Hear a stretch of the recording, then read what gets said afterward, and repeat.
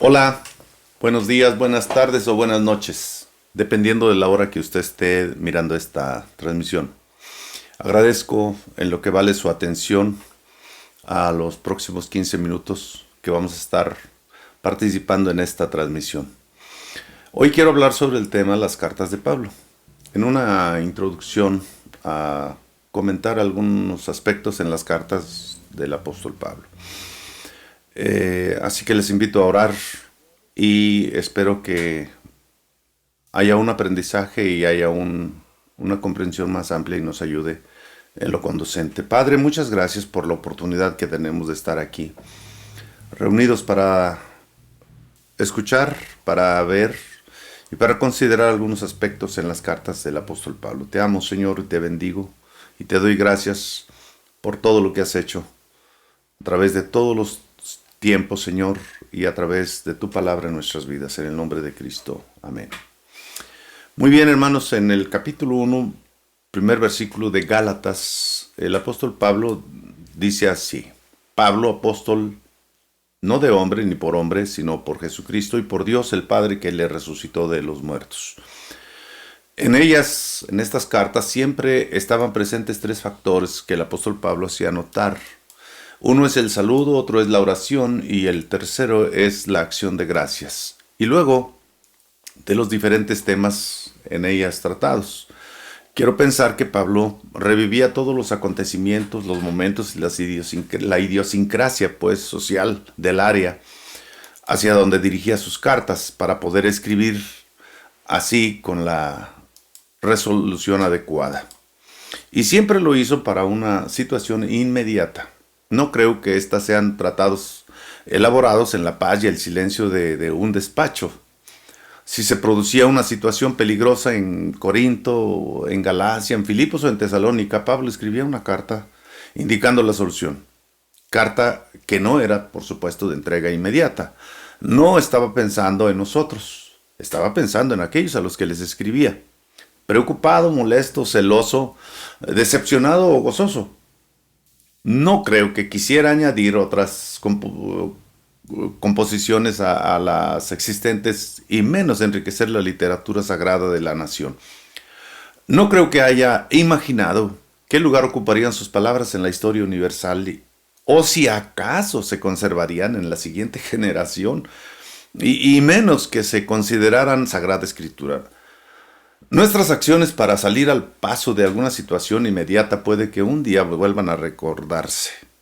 Como cuando Salomón buscó al hombre que maldecía a su padre mientras huía de Absalón. ¿Qué hizo Salomón?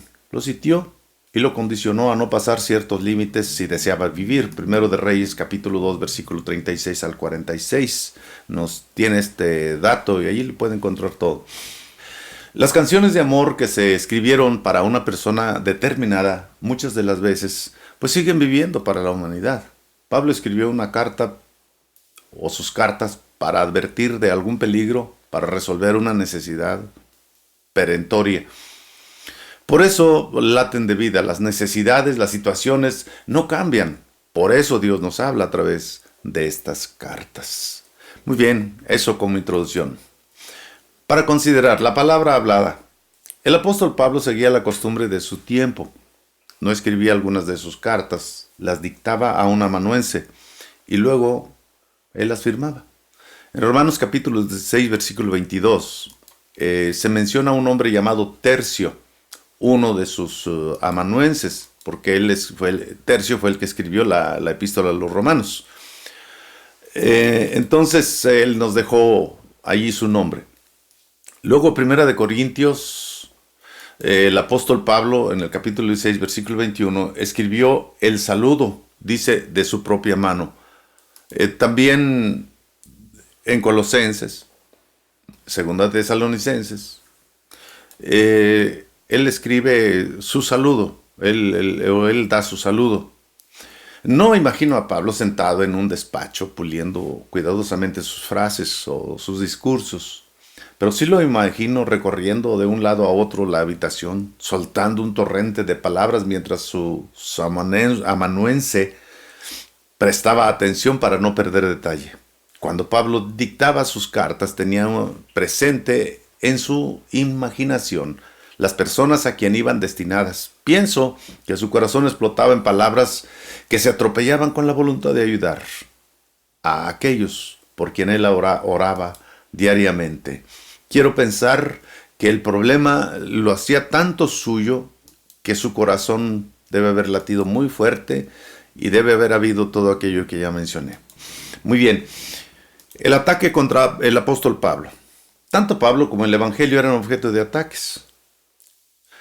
Si el ataque hubiera triunfado, el cristianismo no habría pasado de ser otra secta dependiente de la observancia de la ley. De no ser el Evangelio de la gracia, no tendríamos nosotros también la oportunidad de conocer el amor de Cristo. No es fácil tener una personalidad relevante con un carácter como el de Pablo, sin oposición. Tampoco es posible que un hombre dirija una revolución del pensamiento como lo hizo el apóstol Pablo, sin ataques. El primer ataque fue contra su apostolado. Algunos decían que Pablo no era apóstol. En Hechos capítulo 22, versículos 12 al 21. Según vemos allí, Pablo no reunía las condiciones para ser un apóstol. La definición básica de un apóstol es alguien que haya seguido primero a Jesús junto a los 12 desde el bautismo de Juan. Otra es haber sido testigo presencial de la resurrección de Cristo. Pues cuando Judas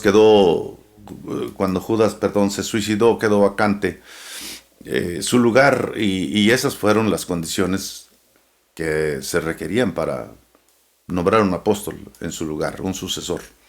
Las condiciones que Pablo reunió fueron que el Señor se le manifestó y le llamó, recibió instrucciones y las obedeció, y fue constituido apóstol de los gentiles.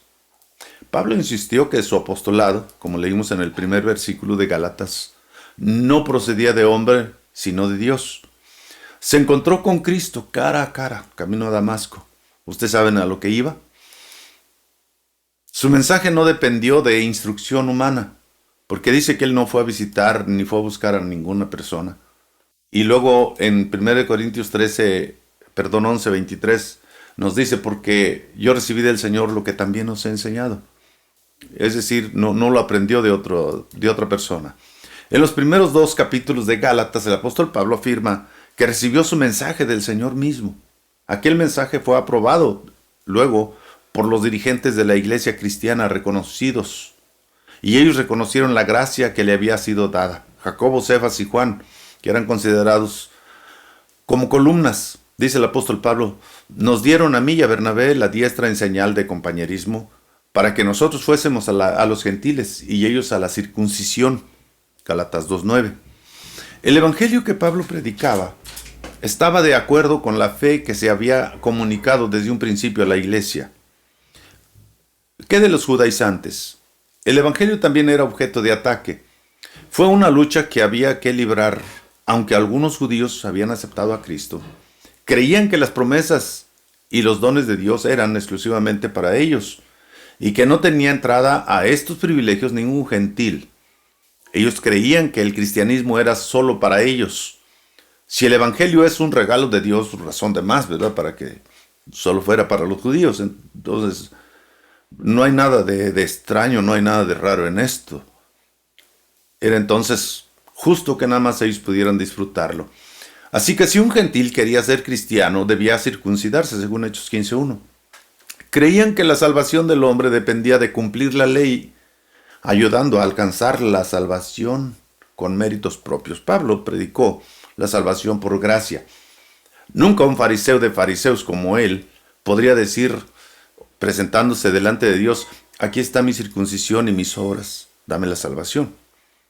Entonces, ¿de qué aprovecharía Cristo? Es una pregunta que el apóstol Pablo hace. Dijo Pablo entonces, ciertamente aún estimo todas las cosas como pérdida por la excelencia del conocimiento de Cristo Jesús, por el cual lo he perdido todo y lo tengo por basura para ganar a Cristo. Filipenses 3:8. Lo esencial no es lo que la persona pueda hacer por Dios, sino lo que Dios ha hecho por nosotros.